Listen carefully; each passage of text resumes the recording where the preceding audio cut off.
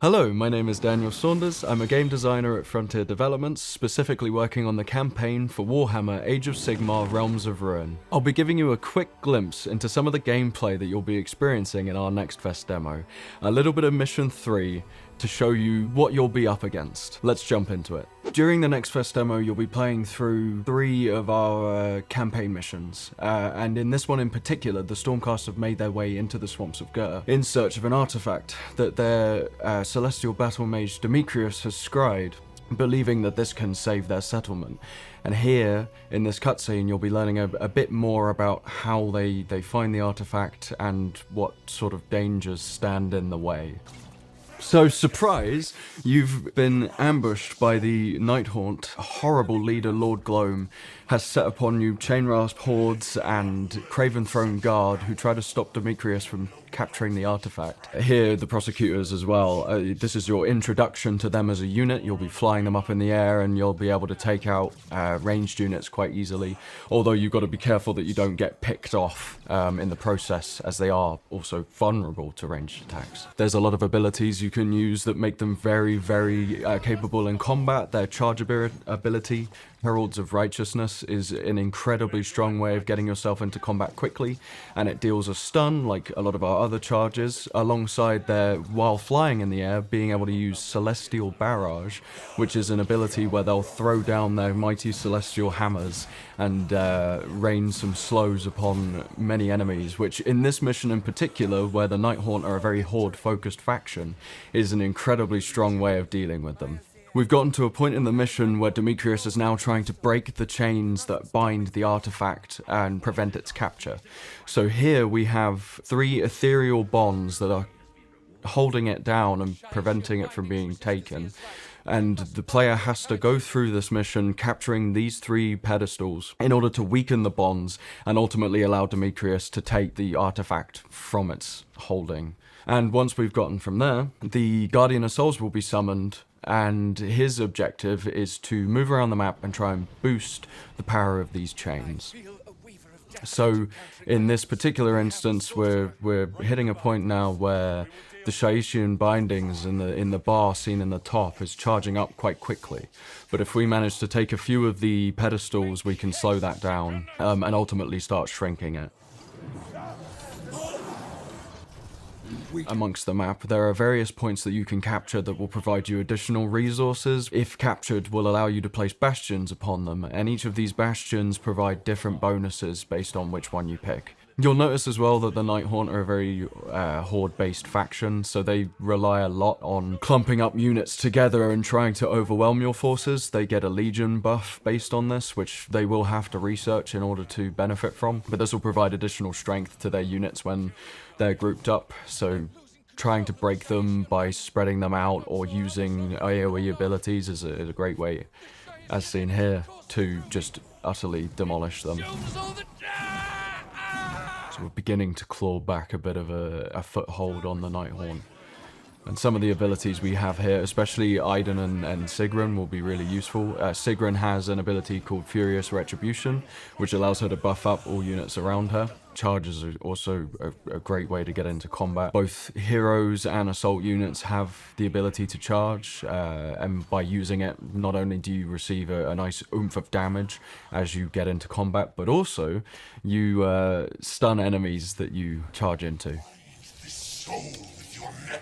So once you've hit the second command post upgrade or muster point upgrade, you will be able to upgrade your bastions to tier 2, and these provide additional bonuses as well. So for the outpost siphon, for example, you'll gain additional realm stone. There's a few tech tree bonuses that you can get as well that will allow you to significantly bolster the strength of your units. Things like the Liberators getting additional armor, the Vanguard Hunters either gaining the ability to hide themselves from sight, which makes them very, very tactile scouters, or just buffed up armor alongside the Liberators, which makes them a bit more effective in combat, sort of leaning into the strengths of the Stormcast Eternals. Witness our glory, Sigmar.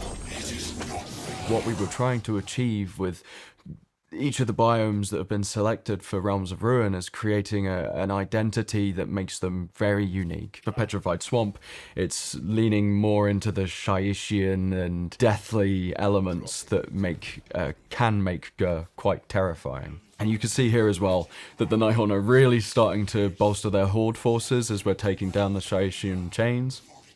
And this will continue to happen as you make your way through the level. They will continue to pester you with hordes and hordes of whatever they can muster. But as long as you keep a strong force, you should be able to break them. So we've hit a threshold now where Lord Gloam will start to summon more units. In this case, Grimghast Reapers that are normally tier 3 units. So this will present quite a challenge to the player if they're unprepared. On mouse and keyboard and on controller, we want to give you the experience that you want to play the game like. So you can play from this very traditional RTS camera perspective, and you can orbit the camera using the middle mouse button to really get a lay of the land.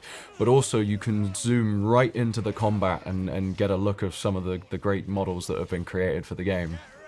We're really in love with the stuff that Games Workshop produces, and Age of Sigmar is something that's very close to the team's heart.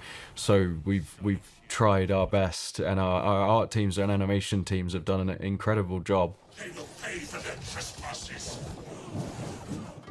You'll see now that our command post is under attack, so Gloam is starting to get desperate in protecting the artifact and is sending out a few waves to attack it. Now the player needs to make sure, in this instance, we've got units there to protect it, but to make sure that the command post doesn't get destroyed, otherwise that will cause mission failure. Forcing the Shaishian bindings. We must take the pedestals from the Nighthaunt. So at the moment we're playing through on Warrior. If you want to play a slower experience, you can drop down to Lawkeeper, which will provide a much easier experience for those that might be unfamiliar with the RTS genre. Or if you desire a bigger challenge, you can take on the Veteran difficulty or the Champion difficulty, depending on how much you really want to get messed up by the Nighthaunt. Shatter the spectral chain. Another thing that the player can do, if they really have the guts to do it, is try and take down the Guardian of Souls. He'll be moving around the map constantly as you're playing the game. His goal is to essentially bolster the strength of these, which he can do even if you've captured them. So trying to focus him down and take him out of the picture will mean that stuff like that won't happen. Pull back! We will prevail! Another great idea if you're starting to struggle with combat is retreating your units, getting them back to base. Your muster point can heal them up as long as you're within their radius, and then you can go out refreshed and ready for another big fight. So we're there. Demetrius has managed to successfully break the chains with your help, and now we get a little look at what happens next.